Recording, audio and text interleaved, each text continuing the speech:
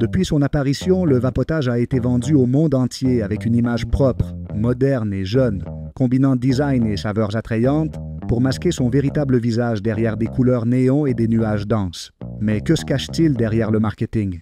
Comment a-t-il réussi à convaincre des millions de personnes dans le monde entier, en particulier les plus jeunes, que l'inhalation de produits chimiques est, d'une certaine manière, saine? Le message central exploité par l'industrie du vapotage est simple et trompeusement séduisant.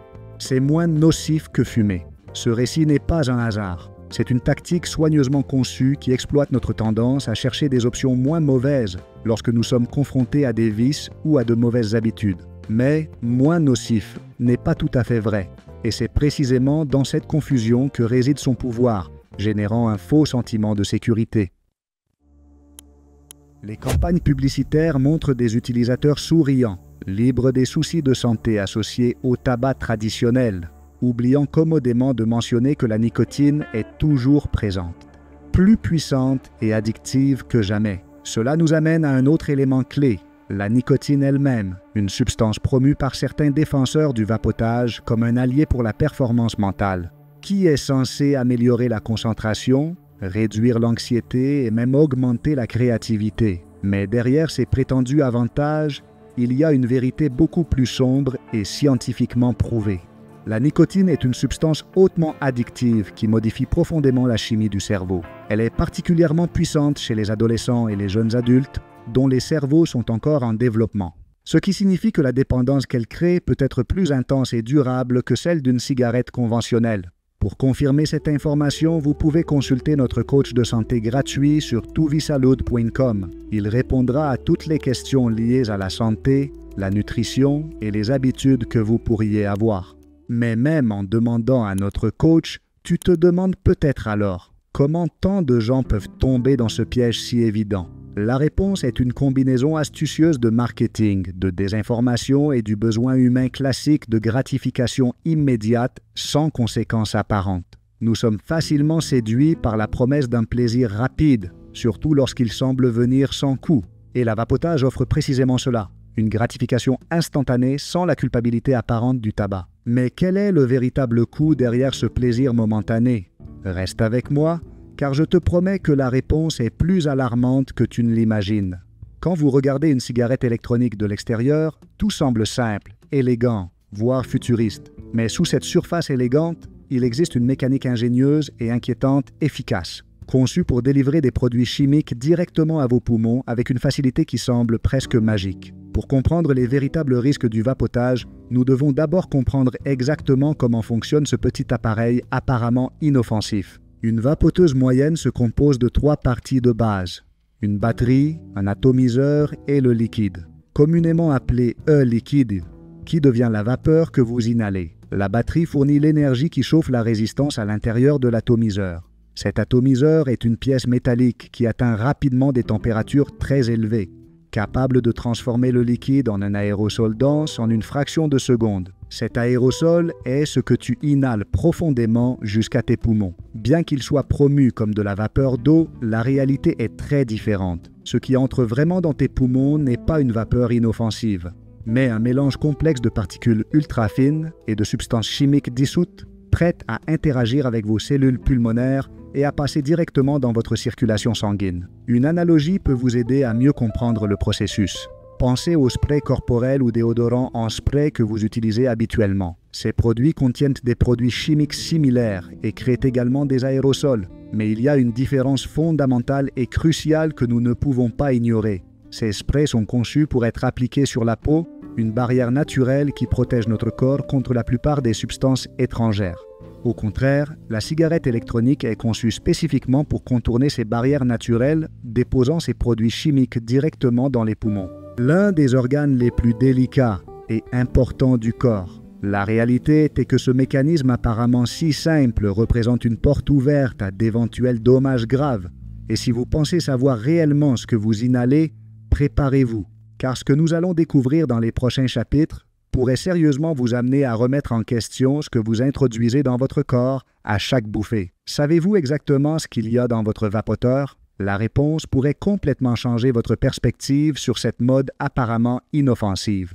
Maintenant que vous savez comment fonctionne une cigarette électronique, il est temps d'aborder une question beaucoup plus gênante. Sais-tu vraiment ce que tu inhales à chaque fois que tu prends une bouffée? La plupart des gens pensent, ou du moins espèrent, que la vapeur de ces dispositifs est un simple mélange d'eau, de nicotine et de saveurs agréables. Mais la réalité est considérablement plus troublante. Commençons par le liquide de base, le soi-disant liquide EE, qui en théorie contient peu d'ingrédients, principalement du propylène glycol, glycérine végétale, nicotine et arômes. Le propylène glycol est un solvant transparent et inodore, également utilisé dans les aliments, cosmétiques et produits pharmaceutiques. Il est présenté comme étant sans danger car nous le consommons quotidiennement, mais attention, consommer quelque chose par voie orale n'est pas la même chose que l'inhaler directement dans vos poumons, où il n'existe pas de mécanisme aussi efficace pour neutraliser ces produits chimiques. La glycérine végétale, par contre, c'est un liquide épais et sucré qui produit ces nuages denses et attrayants de vapeur que les vapoteurs aiment montrer sur les réseaux sociaux. Cependant, encore une fois, le point clé ici est la manière dont il entre dans le corps. Lorsqu'on inhale de la glycérine végétale chaude, les règles changent radicalement et le corps n'est pas prêt à se défendre contre ces microparticules qui pénètrent profondément dans les voies d'air respiratoires. Mais ce n'est que la surface. Les arômes représentent une zone particulièrement obscure dans le monde du vapotage. L'industrie propose des milliers de saveurs attrayantes, des fruits tropicaux aux desserts tentants. Mais beaucoup de ces saveurs contiennent des produits chimiques artificiels qui ne sont pas clairement étiquetés. Des recherches récentes ont trouvé que certains liquides contiennent des substances chimiques dangereuses, comme le diacétyl, un composé directement lié à des maladies pulmonaires graves telles que la bronchiolite oblitérante, également connu sous le nom de poumon des pop-corn. De plus, les analyses scientifiques indépendantes révèlent constamment une autre réalité préoccupante.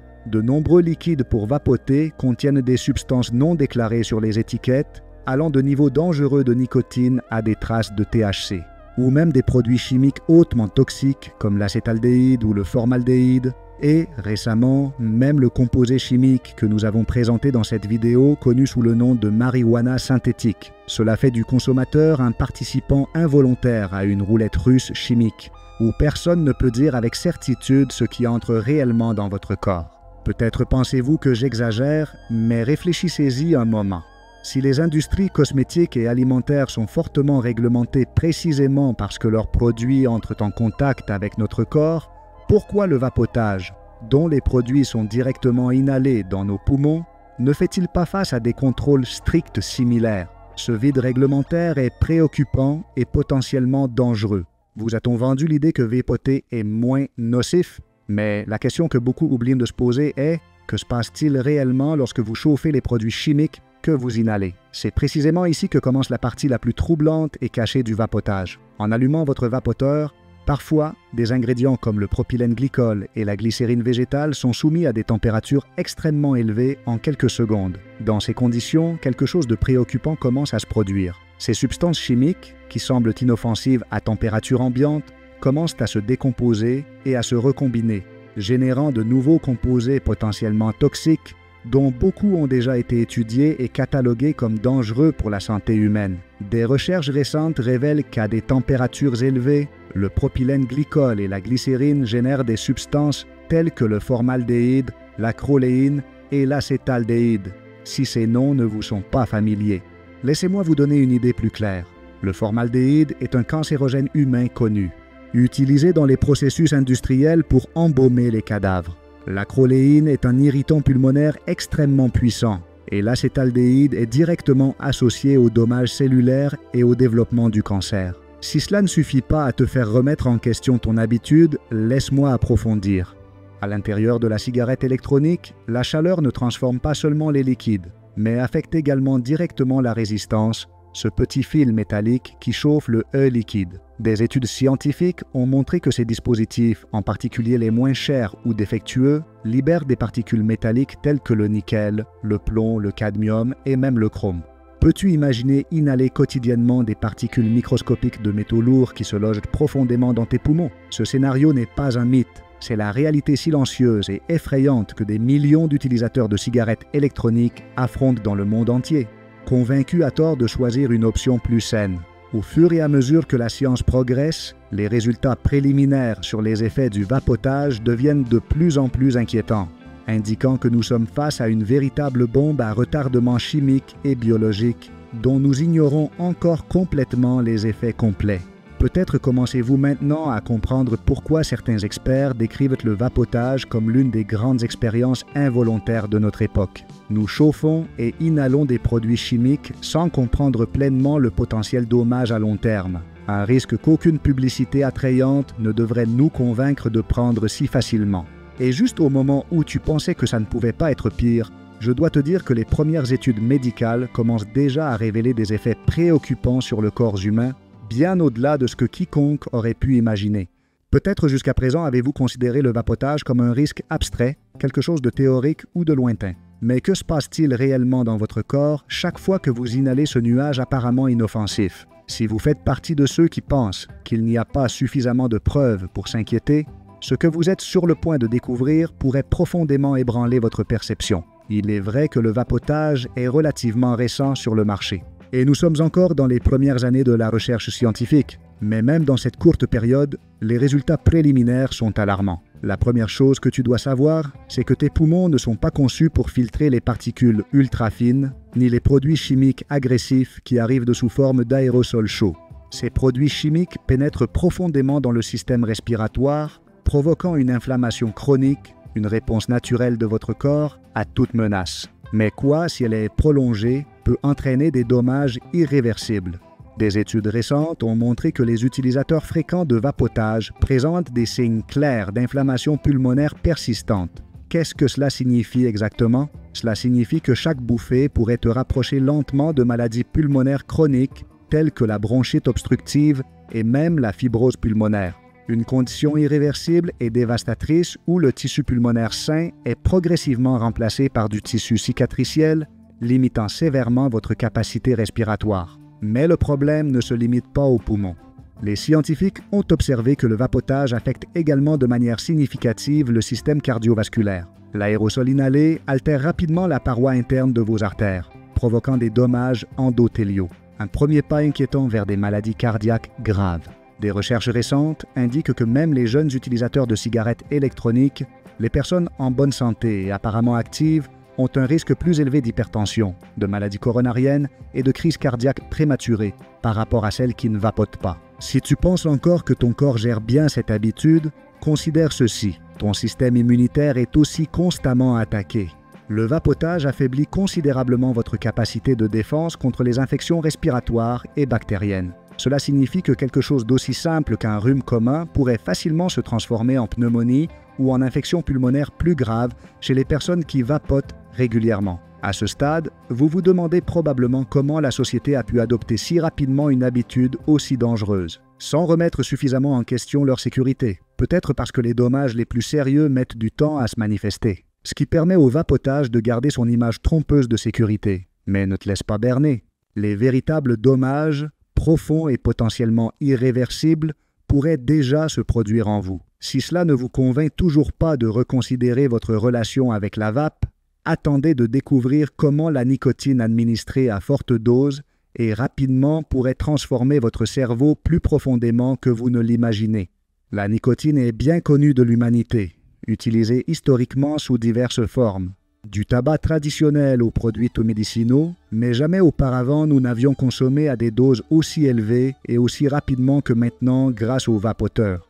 Cet avantage apparent, la vitesse et l'efficacité avec lesquelles ces dispositifs délivrent de la nicotine, cache une sombre réalité que peu de gens semblent prêts à affronter. Lorsque vous fumez une cigarette traditionnelle, la nicotine atteint votre cerveau en quelques secondes, créant cette sensation immédiate de soulagement et de satisfaction que vous connaissez bien. Mais, étonnamment, les vapoteurs modernes délivrent la nicotine encore plus rapidement et en des doses considérablement plus élevées. Cela a un impact énorme sur votre cerveau, en particulier sur les récepteurs neuronaux qui régulent le plaisir et la récompense. Déclencher une réponse de gratification immédiate beaucoup plus puissante et addictive que le tabac traditionnel.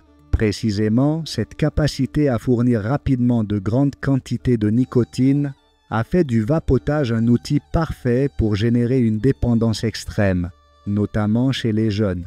En fait, des études récentes montrent que les adolescents et les jeunes adultes qui commencent à vapoter peuvent développer une dépendance si forte en si peu de temps qu'ils dépassent largement les niveaux de dépendance observés chez les fumeurs de cigarettes conventionnelles. Et le pire, c'est que la plupart ne se rendent pas compte qu'ils sont piégés jusqu'à ce qu'il soit déjà trop tard. Mais pourquoi cela arrive-t-il? Lorsque vous recevez des doses rapides et constantes de nicotine, votre cerveau commence littéralement à changer. Les connexions neuronales se réorganisent pour donner la priorité au plaisir immédiat, conditionnant votre comportement à répéter l'expérience encore et encore. Cet effet psychologique et physiologique intense amène l'utilisateur moyen de vape à consommer beaucoup plus de doses quotidiennes qu'un fumeur traditionnel, le mettant dans une spirale dangereuse, où chaque dose doit être administrée plus fréquemment pour obtenir le même effet. Et ici, un autre problème alarmant surgit. En recevant de la nicotine de cette manière si rapide, la capacité du cerveau à s'autoréguler commence à se détériorer progressivement. Ta résistance naturelle aux situations de stress, d'anxiété ou d'ennui est réduite de manière drastique. VP, loin de vous détendre ou d'améliorer vos performances cognitives à long terme, finit par devenir une béquille émotionnelle et mentale dont vous dépendez de plus en plus. Peut-être que le plus inquiétant est que nous sommes encore au milieu de cette gigantesque expérience sociale. Et nous ne connaissons pas complètement les conséquences finales de modifier si radicalement notre relation avec une substance aussi puissante que la nicotine. Et cela nous mène à une question inquiétante que nous allons explorer en profondeur dans le prochain chapitre. Sommes-nous en train de participer, sans le savoir, d'une des expériences humaines les plus grandes et risquées jamais réalisées? Prépare-toi, car ce qui va suivre pourrait sérieusement te faire reconsidérer tout ce que tu pensais savoir sur le vapotage. Combien de cas de maladies graves ou de décès prématurés faudra-t-il avant que nous nous réveillions collectivement et exigeons des réglementations plus strictes et responsables? Si vous êtes un utilisateur régulier de la vape, ou si vous connaissez quelqu'un qui l'est, il est peut-être temps de prendre un moment pour réfléchir profondément à cette habitude. La décision que vous prenez maintenant pourrait faire une énorme différence dans votre future santé et votre qualité de vie à long terme. Le pouvoir d'arrêter cette grande expérience humaine ne réside pas uniquement dans les autorités sanitaires ou les gouvernements. Il réside principalement en chaque consommateur, chez chaque individu capable de se remettre en question et de remettre en question le récit commercial qui minimise constamment les risques. Au final, l'histoire se souviendra du vapotage comme d'un moment critique où l'humanité a de nouveau choisi d'ignorer les premiers signes de danger, ou comme le moment où une génération entière a eu le courage et la clarté de reconnaître une menace évidente avant qu'il ne soit trop tard. La question est simple mais puissante. De quel côté de cette histoire veux-tu être? Ta réponse peut faire toute la différence. Si tu souffres actuellement d'une addiction, je t'invite à rejoindre mon groupe de patients sur tuvisalud.com, une plateforme comme Facebook, mais pour la santé. Là, vous recevrez le soutien de personnes vivant la même situation que vous et je publie des articles sur ces sujets, tous les jours, gratuitement. Rejoignez-nous, c'est gratuit et cela peut sauver votre vie. N'oubliez pas de vous abonner et de commenter. Un câlin, à la prochaine vidéo.